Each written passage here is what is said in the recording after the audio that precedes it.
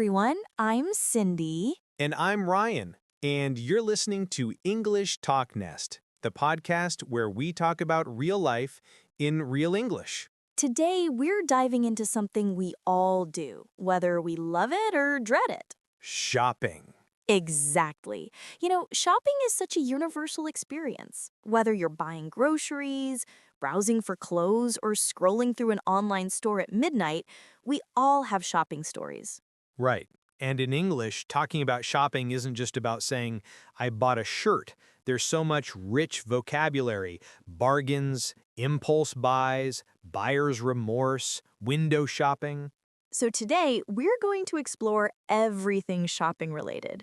We'll share our own experiences, teach you natural phrases and expressions, and by the end, you'll feel confident talking about your shopping habits in English. Whether you're a shopaholic, a bargain hunter, or someone who avoids malls like the plague. We've got something for you. So get comfortable, maybe grab a coffee. And let's talk about shopping.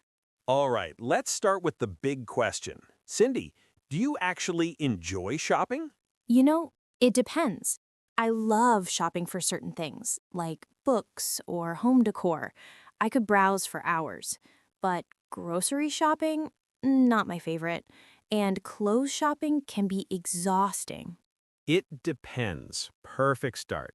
That's such a natural way to answer when something isn't black and white. Do you like coffee? It depends on the time of day. Exactly. And notice I said I could browse for hours. Browse means to look around casually without necessarily buying. I love browsing in bookstores. Great word. We also say window shopping when you look but don't buy. We'll talk about that more later. Right. What about you, Ryan? Are you a shopping person? Honestly, I'm not really into it. I see shopping as more of a chore than a fun activity. I go in, get what I need, and get out. I'm very much a practical shopper. A chore. Excellent word. It means a task that's necessary but not enjoyable. Doing laundry is such a chore. Yes, and practical shopper describes someone who shops for necessity, not pleasure. The opposite might be recreational shopper, someone who shops for fun. Perfect. We might also say, I'm not much of a shopper, or shopping isn't really my thing. Right. Or if you love it, I'm a bit of a shopaholic. That's someone who shops too much, almost addicted to shopping. I have to admit, I'm a bit of a shopaholic when it comes to books. So, listeners, are you into shopping, or do you see it as a necessary evil? Let's talk frequency. Ryan, how often do you actually shop? For groceries, maybe once a week. I do a big shop on Sundays, and that's it. For other stuff, clothes, electronics, whatever, maybe once a month, or even less. I only go when I really need something. A big shop. That's British English for buying a lot of groceries at once. Americans might say a big grocery run or stock up on groceries. Great point. And stock up means to buy a lot of something to have it for later. I stock up on coffee every month. Perfect. And you said only when I really need something. That shows you're not an impulse shopper. Right. Impulse shopper or impulse buying is when you buy things spontaneously, without planning. We'll definitely talk about that more. What about me? Well, I do grocery shopping twice a week. I prefer fresh ingredients. But for other shopping, I browse online pretty much daily, just looking, not always buying. Pretty much daily. More casual than almost every day or nearly every day. Yes, and there's a difference between browsing and buying. I might browse every day, but only actually purchase something once or twice a month. Important distinction. We might say, I like to browse versus I'm ready to buy. Exactly. Another useful phrase is, I pop to the shops, very British, meaning to quickly go to nearby stores. I need to pop to the shops for milk. Or in American English, I'll run to the store, or I'll make a quick trip to the store. So, listeners, are you a frequent shopper or only when necessary? Here's the modern dilemma. Cindy, what's your preference? Shopping online or in actual stores? Oh, I'm definitely more of an online shopper these days. It's just so convenient. I can shop in my pajamas at midnight, compare prices easily, and everything gets delivered to my door. Plus, no crowds, no parking hassles. Shop in my pajamas. I love that image. That really captures the convenience of online shopping. Right? And no hassles means no annoying difficulties or problems. I love online banking, no hassles with going to the bank. Perfect. But there are downsides to online shopping, right? Absolutely. You can't try things on, you can't see the actual quality, and sometimes what arrives looks nothing like the picture. Plus, the waiting. Try things on. Important phrase for clothes shopping.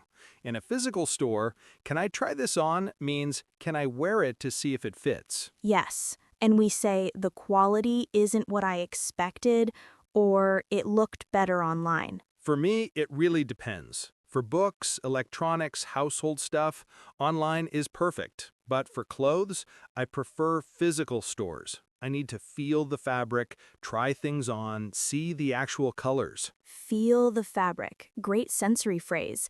Shopping in person lets you use all your senses. Exactly. There's something about the shopping experience in person too. Discovering something unexpected, getting immediate satisfaction when you buy something. Immediate satisfaction versus delayed gratification. When you shop online, you have to wait for delivery. Great point. We might say, I like the instant gratification of in-store shopping. Another phrase, I'm a hands-on shopper, meaning you need to physically see and touch things before buying. Perfect. So, listeners, are you team online or team in-store? Or, like us, somewhere in between? Let's get specific. What kinds of things are you actually buying, Ryan? Well, most of my shopping is pretty boring. Groceries, household essentials, toiletries. You know, the necessities. Household essentials. Great phrase. Things like cleaning products, paper towels, light bulbs. I need to stock up on household essentials. Yes, and toiletries, personal care items like toothpaste, shampoo, soap. Very useful word. Perfect. What about non-essential shopping? When I do shop for fun, it's usually gadgets or kitchen equipment. I'm a bit of a tech geek, and I love trying new cooking tools. A tech geek, someone who loves technology, just like bookworm for book lovers or film buff for movie lovers. Exactly. What about you, Cindy? What's usually in your shopping cart? Books, definitely books. I probably buy at least 1 or 2 books a month. I also shop for home decor quite a bit.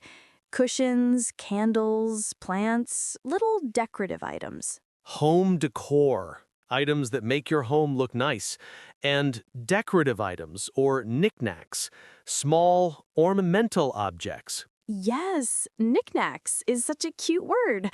And I'll confess, I have a weakness for stationery. Notebooks, pens, planners, I can't resist. I have a weakness for perfect expression. It means something you can't resist buying. I have a weakness for chocolate. Exactly. We might also say, I'm a sucker for, very informal. I'm a sucker for cute stationery. Or I can never resist. I can never resist buying new tech gadgets. Another useful phrase, I tend to splurge on, meaning you spend more than you should on something.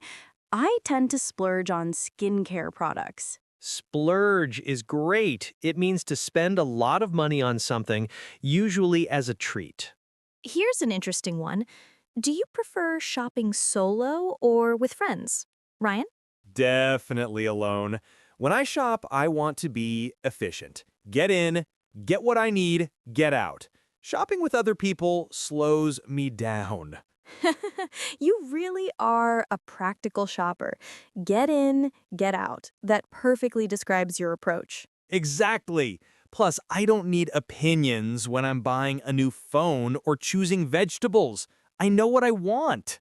We say someone is a decisive shopper when they know what they want and make quick decisions. That's me. What about you? I actually enjoy shopping with friends, especially for clothes. It's nice to get a second opinion. Does this color suit me? Is this too expensive? Plus, it's a social activity. A second opinion. Asking someone else what they think. I need a second opinion on this jacket. Right. And does this suit me is a natural question about whether something looks good on you. Do you think this style suits me? Great! Shopping can be a bonding experience for some people. Absolutely. We might say, let's go shopping together, or want to come shopping with me. It's quality time. Though there can be downsides. Too many cooks spoil the broth. If everyone has different opinions, it's hard to decide. True. And sometimes friends can be bad influences, encouraging you to buy things you don't need. My friend's a bad influence. She always convinces me to buy more. We've all been there. So, listeners, are you solo shoppers or social shoppers? Now, let's talk about everyone's favorite topic, sales. Cindy, are you a bargain hunter? Oh, yes. I always check if there's a sale before buying anything. Why pay full price if you don't have to? I've got apps, I follow brands on social media for discount codes, I wait for seasonal sales. Bargain hunter. Someone who actively looks for good deals. And pay full price, paying the original price without any discount. Exactly. And discount codes or promo codes, those special codes that give you money off when shopping online. Very useful. What about seasonal sales? Those are big sales that happen at specific times: Black Friday, end of season sales, holiday sales. I always wait for the end of season sale to buy winter clothes. Smart. I'm not quite as dedicated as you, but I do appreciate a good deal. If I see something's on sale, I'm more likely to buy it. Appreciate a good deal. Perfect phrase. It means you like getting things cheaper, but you're not obsessed with it. Right. There's a difference between being price conscious and being cheap. Great distinction. Price conscious means you care about getting value for money. Cheap can be negative, unwilling to spend money even when necessary. Exactly. We also say, I'm budget-minded, or I'm frugal, meaning you're careful with money in a positive way. Yes. And here are some useful shopping phrases. It's a steal, meaning something is very cheap, an amazing deal. These shoes were only $20. What a steal. Or it's a rip-off, the opposite, something that's overpriced. $50 for a t-shirt? That's a rip-off. Perfect. And I got it for a song. Old-fashioned expression, meaning you bought it very cheaply. Great one. I scored a great deal. American slang for finding a good bargain. Love it. So listeners, do you wait for sales or do you buy what you want when you want it? Okay, here's a situation many of us face. Cindy, have you ever had to return something you bought? Oh, yes, plenty of times. Especially with online shopping. I once ordered a dress that looked gorgeous in the photos, but when it arrived, the color was completely different and the fabric felt cheap. Return something, to take it back to the store or send it back to the company. Very important vocabulary. Yes, and when you return something, you usually get a refund, your money back. Or sometimes you can exchange it for a different size or color. Perfect. I'd like to return this, please. Or can I get a refund? Exactly. And stores have return policies, rules about when and how you can return items. What's your return policy? Very useful. I actually hate returning things. It feels like such a hassle, finding the receipt, going back to the store, explaining the problem. Finding the receipt, that's the proof of purchase. Do you have your receipt? Always keep it until you're sure you want to keep the item. Absolutely. Though These days, many stores can look up your purchase electronically. True. Have you ever had a difficult return experience? Once I tried to return a phone charger that stopped working after 2 weeks. The store said it was past their return window, only 14 days, and the manufacturer's warranty was complicated. I basically gave up. Past the return window outside the time period when returns are allowed. Important to check. Yes, and manufacturer's warranty, the guarantee from the company that made it. We might say no refunds, no returns for strict policies, or hassle-free returns when it's easy. Great phrases. So, listeners, have you had any memorable return experiences? Now for the honest question. Ryan, have you ever bought something and immediately thought, why did I buy this? Oh, yes. I once bought an expensive juicer because I had this vision of becoming super healthy and making fresh juice every morning. Let me guess. You used it twice? Once. Literally one time. Turns out cleaning a juicer is incredibly annoying, and I'm too lazy in the mornings. It's been sitting in my cabinet ever since. Classic case of buyer's remorse. That's the feeling of regret after buying something, especially something expensive or unnecessary. Perfect term. I had terrible buyer's remorse after buying that gym membership. Exactly. This is also called an impulse buy or impulse purchase, buying something on a whim without thinking it through. Yes, I made an impulse purchase, or it was an impulse buy.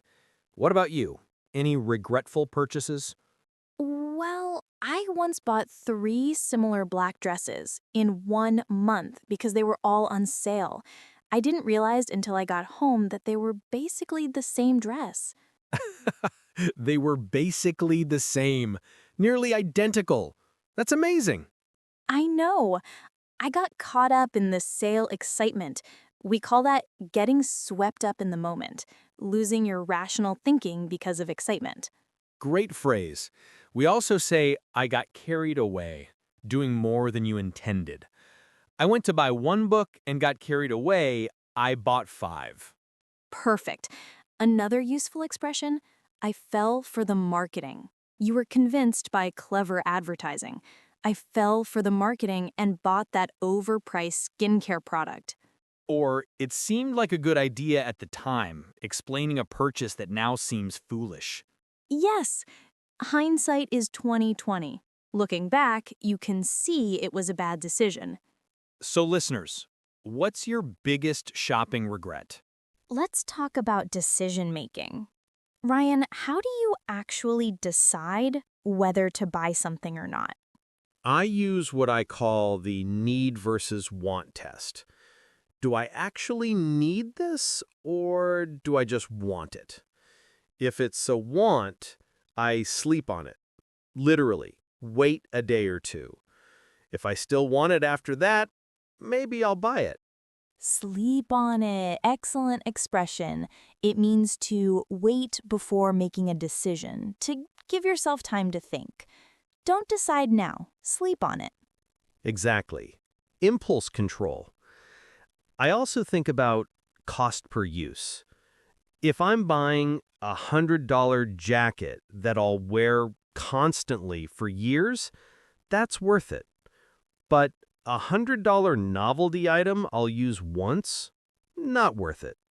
Cost per use. Such a smart way to think. Dividing the price by how many times you'll use it.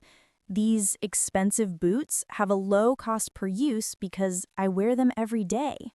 Right. It helps you see the real value. What's your decision-making process? I do a few things. First, I check reviews, especially for online shopping. If something has terrible reviews, I won't buy it no matter how cheap. Check reviews. Read what other customers say. So important. Always check reviews before buying electronics. Absolutely. I also compare prices across different sites or stores. Sometimes the same item can be $20 cheaper elsewhere. Compare prices or price comparison. Shopping around to find the best deal. I always compare prices before buying. Exactly. And here's my rule for expensive purchases. If I can't afford to buy it twice, I can't afford it. It prevents me from overspending. Wow, that's strict, but smart. Overspending. Spending more than you should or more than your budget allows. It keeps me financially responsible. We might also say within my budget or I can afford it comfortably. Another good question. Will this add value to my life? If the answer is no, don't buy it. Perfect. So, listeners, what's your strategy for deciding what to buy? Here's a fun one. Cindy, do you ever window shop? Just browse without planning to buy? Oh, yes. I actually love window shopping, especially in bookstores or home decor shops. It's relaxing and inspiring, even if I don't buy anything. Window shopping. Looking at items in stores without buying. Originally from literally looking at shop windows. I spent Saturday afternoon window shopping downtown. Exactly. It's a nice, low pressure way to spend time.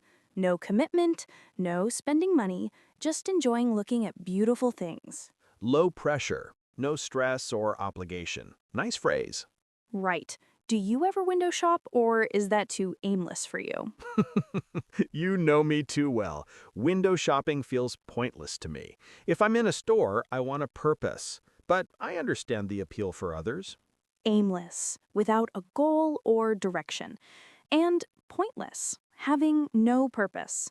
These describe how practical shoppers see window shopping. Exactly. But I know for many people, it's enjoyable. You might discover something you didn't know you wanted. Yes, we call those discovering new things or finding inspiration. I found inspiration for redecorating while window shopping. And window shopping can be market research, seeing what's trendy, what's available, what prices are like. Great point. Keeping up with trends or seeing what's out there. We might say, I'm just browsing, when a shop assistant asks if you need help. Perfect. Just looking, thanks. Or I'm just browsing are polite ways to shop without pressure. Here's a deeper question. Some people say shopping is therapeutic. What do you think, Cindy? I actually think it can be. When I'm stressed or had a bad day, sometimes browsing online or wandering through a bookstore genuinely makes me feel better. It's a distraction. Retail therapy. The idea that shopping can make you feel better emotionally. After a tough week, I indulged in some retail therapy. Yes, that's the perfect term. Though we should acknowledge it can be unhealthy if you're using shopping to avoid problems or spending money you don't have. Important caveat.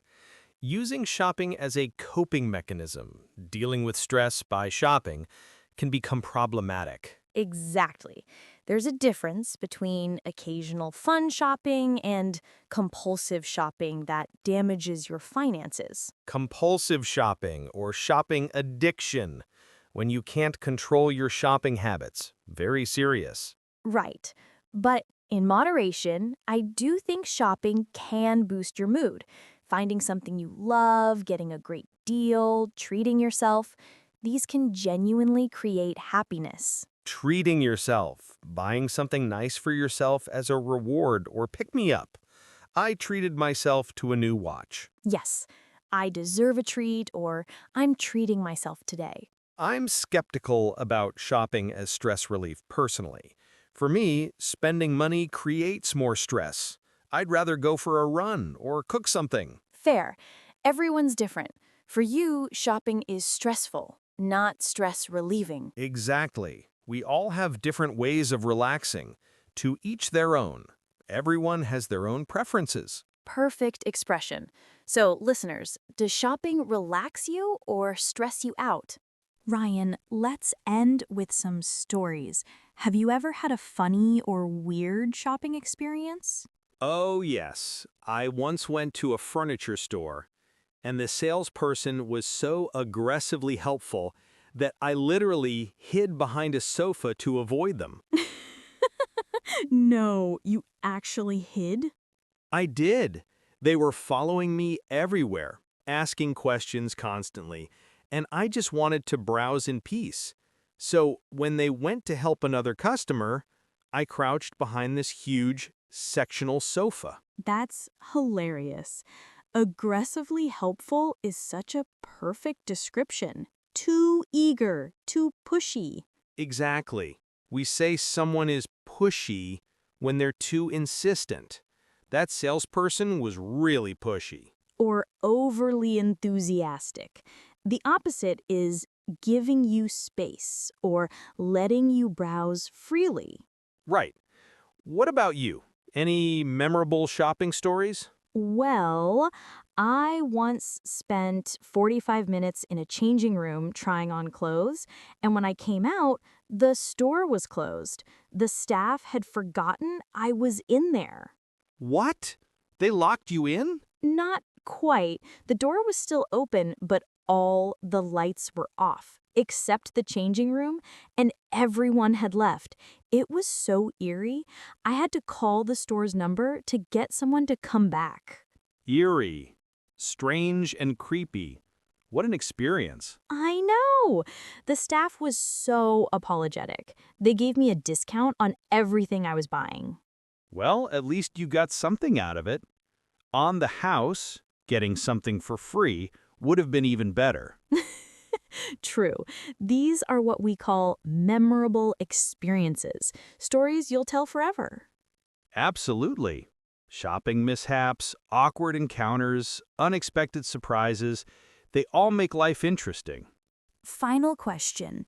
If you could shop anywhere in the world, money and logistics aside, where would you go? Without hesitation, Japan, especially Tokyo. The electronics, the kitchen gadgets, the unique products you can't find anywhere else. I'd be in heaven. Without hesitation, immediately. And I'd be in heaven, expressing extreme happiness. Yes, I love that Japan has such specialized stores, entire buildings dedicated to one thing, like kitchen supplies or electronics. It's a practical shopper's dream. Specialized stores, shops that focus on one specific category. Perfect. What about you? Where's your dream shopping destination? For me, Paris. I'd love to browse the bookshops along the Seine, visit antique markets, explore little boutiques in Le Marais. It just sounds magical. Boutiques, small, stylish shops often selling unique items, and antique markets or flea markets, places selling vintage and secondhand treasures. Exactly. I love the idea of finding one-of-a-kind items with history and character. One of a kind, unique, only one exists, the opposite of mass-produced. Perfect. So listeners, where would you go on your ultimate shopping trip? Wow, Ryan, we covered so much today. Right? From impulse buys to buyer's remorse, from bargain hunting to window shopping, shopping has such rich vocabulary. And whether you love it or see it as a necessary chore, we all do it. So why not talk about it well in English? Exactly. Here's a challenge for everyone. Next time you go shopping, try narrating what you're doing in English. I'm browsing for gifts. This is a steal. I'm checking the return policy. Great idea. And in the comments, tell us about your shopping personality using phrases from today. Are you a bargain hunter, a window shopper, an impulse buyer? We'd love to hear your shopping stories, especially the funny ones. And if you enjoyed this episode, please like, subscribe, and share English TalkNest with anyone learning English. Remember, every shopping trip is a chance to practice English. Even reading product labels or talking to sales assistants is learning. So, whether you're team online shopping or team physical stores, whether you're a shopaholic or a practical shopper, Embrace your style and keep improving your English. We'll see you in the next episode. happy shopping, everyone.